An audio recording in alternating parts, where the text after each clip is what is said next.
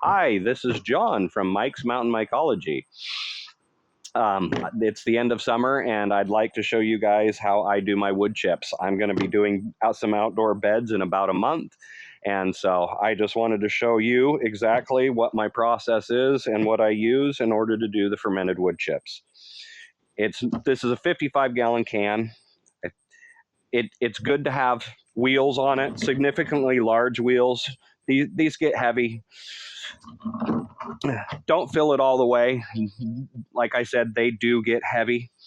You're also going to want to drill a hole in the bottom and either put in a valve or cork it with a cork so that you can fill this with wood chips and water.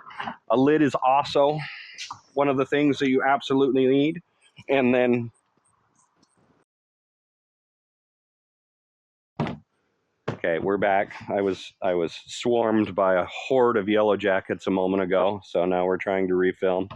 So you want a lid. You also want to have a drill hole and be able to cork it so that you can fill it up about halfway with wood chips and the rest of the way with water.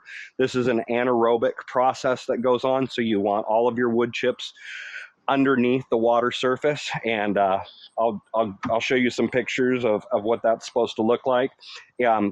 This is a really easy process as long as you have time and it's not super cold. This takes infinitely longer if the temperature's below 50 degrees essentially. The best fermentations that I've had is 70 to 90 degree temperatures outside and giving it a full month for fermentation. The stuff that comes out is beautiful and perfect. But enough chatting, and I'll show you how to go ahead and do this. Real simple. This is my wood chip pile. I tried to get 70% hardwood and 30% Douglas fir, but I think I got 70% Doug fir and maybe 30% maple is what I ended up with. Lots of needles in here. You can use, anything, that there is out there. I wouldn't use pine. I wouldn't use any kind of cedar, and I wouldn't use anything that has any amount of dyes or been colored for landscaping purposes. You can usually get loads of this through all kinds of local around us. It's chip drop is one of the things that we use around here in order to get these. But it's just basic wood chips that you can essentially get for free, and this is what I'm fermenting.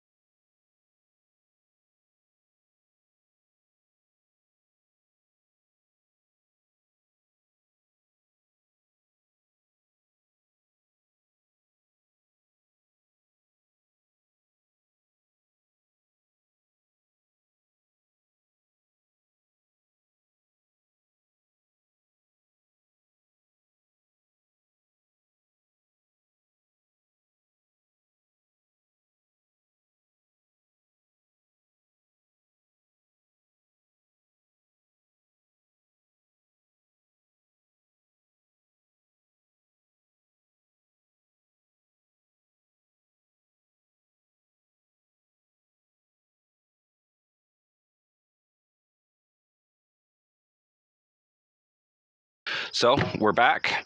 It's actually just under a month, so way over 2 weeks, and we've went ahead and fermented these. As you will see, they have a nice SCOBY, is what it's referred to, just under the layer of water. Everything has soaked down perfectly.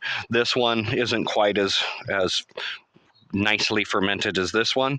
And now essentially all we do is pull the plug on these and let them drain and let this dry in here for a couple of days. If you wanted to, you could spread it out on a clean tarp or something like that and let it, you know, air dry. You don't want to let them get too crispy, but you don't necessarily want it to be dripping wet.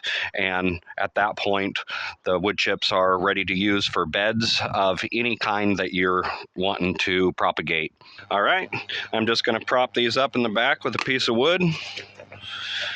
You can take off the top layer and set it aside or reuse it somewhere else.